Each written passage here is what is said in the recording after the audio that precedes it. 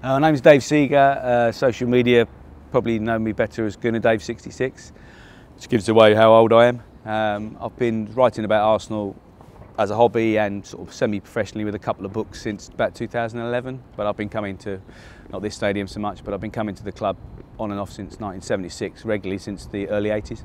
If you look at it from a simple sense, it seems to be we're putting in a much more continental structure at Arsenal.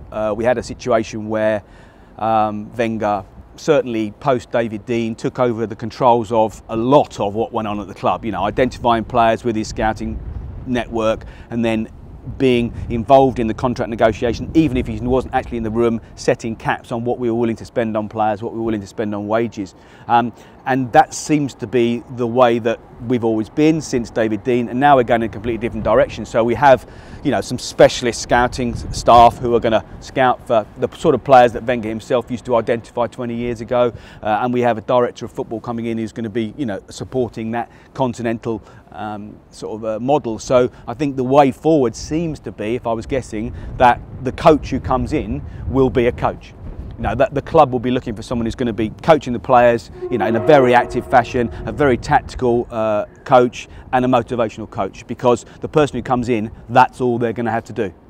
And you know, whether that's the right way forward for Arsenal will remain to be seen. But it's certainly a massive diversion from the Arsenal way, and it's certainly something that I'm welcoming right now. If that is what happens, and I think it will. Well, I'm more than happy to give the club and the manager the benefit of the doubt for the early period after we moved to the Emirates. You know, the reasons are well documented. We couldn't compete financially, and I think, to be fair, we did a phenomenal job in that period from 2006 perhaps to about 2012. I think we arguably punched above our weight, and we played some fantastic football. And to win a league title in those years, we came close a couple of times. Perhaps we should have strengthened in January once or twice, but in the main, I think we punched above our weight. I think it's the last 6 years when arguably we have had the funds and we have had the clout to go and compete. Should we have wanted to? I think perhaps Arsene Wenger had too much control, and/or we'll never know whether Stan Kroenke was willing to release the funds. But certainly the last 6 years, there's no real excuse. We can look at the petrodollars elsewhere, but I think we've had our opportunities. I think we could have pushed on, certainly in the last 4 or 5 years. We haven't done so.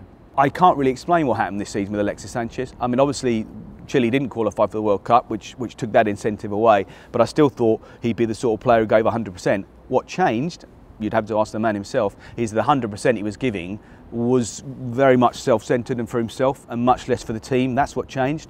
And you know, we can all talk about the giving away the possession. He still assisted and made goals, but he was trying impossible passes across the pitch rather than pass to the obvious player close to him. And it seemed to me, from the outside again looking in, there were certain players he didn't want to have a relationship with on the pitch.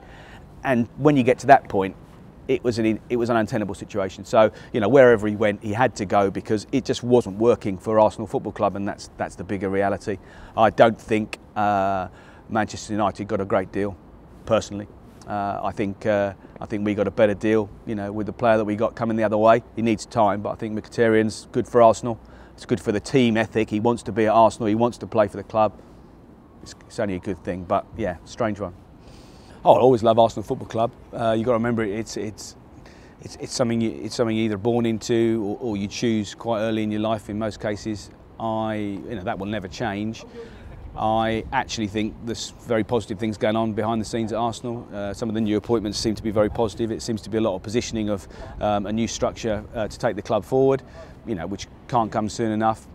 But my personal feelings I wouldn't go as far as animosity, but certainly I don't have the respect I used to have for Arsene Wenger, and I don't think he's the man to take us forward, and I probably haven't done for several years now.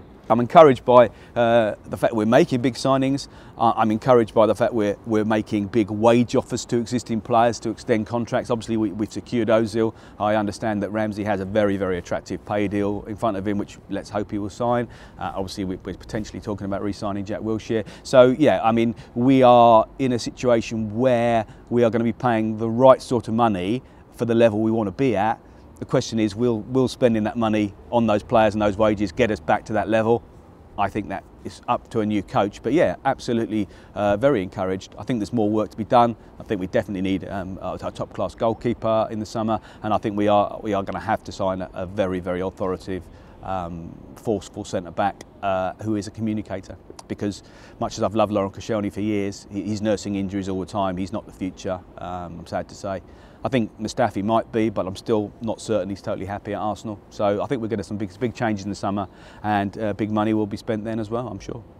There's always been a vociferous anti-Wenger supporters, but I think level-headed Arsenal fans in the main supported him until the last few years. And I think Gazidis will probably be a fan in that respect, in that he stopped to support Arsene Wenger.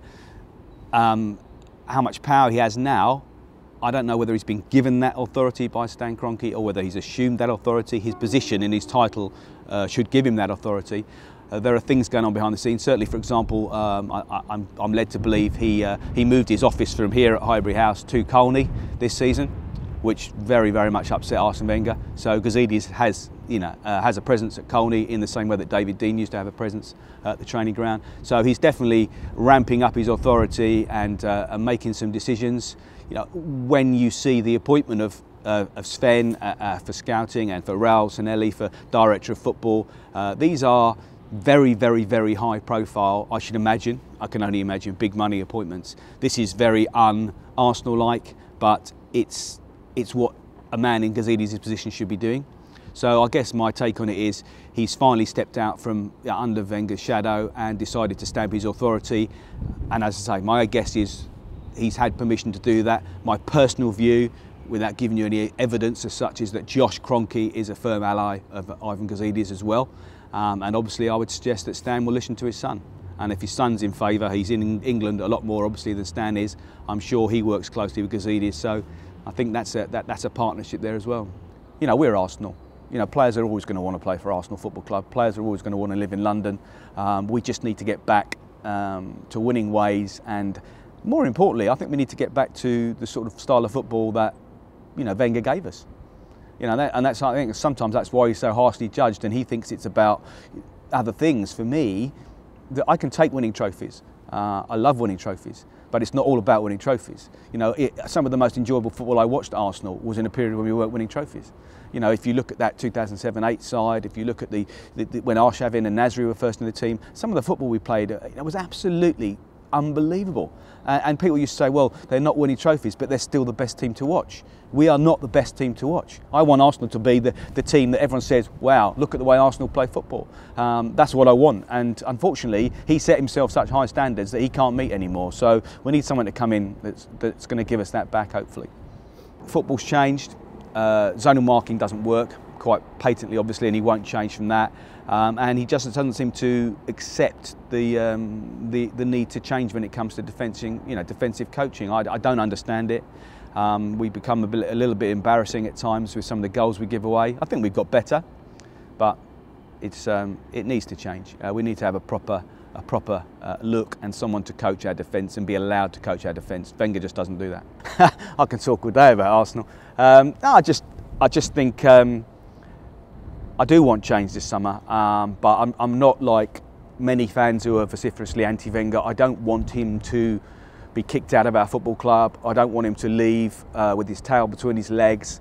I want him to accept that the time has come for change at Arsenal Football Club. The time has come to allow someone else to carry on the great work he's done over the years. We've only got to look at the stadium, you've got to look at Colney. There's so much of what we have right now is down to that man. I just hope that he will accept that his time has run its course. He's been a fantastic servant for Arsenal Football Club, but he is not serving the football club now by staying. And I just hope that we see a peaceful resolution or revolution this summer. That's all that's what I hope for.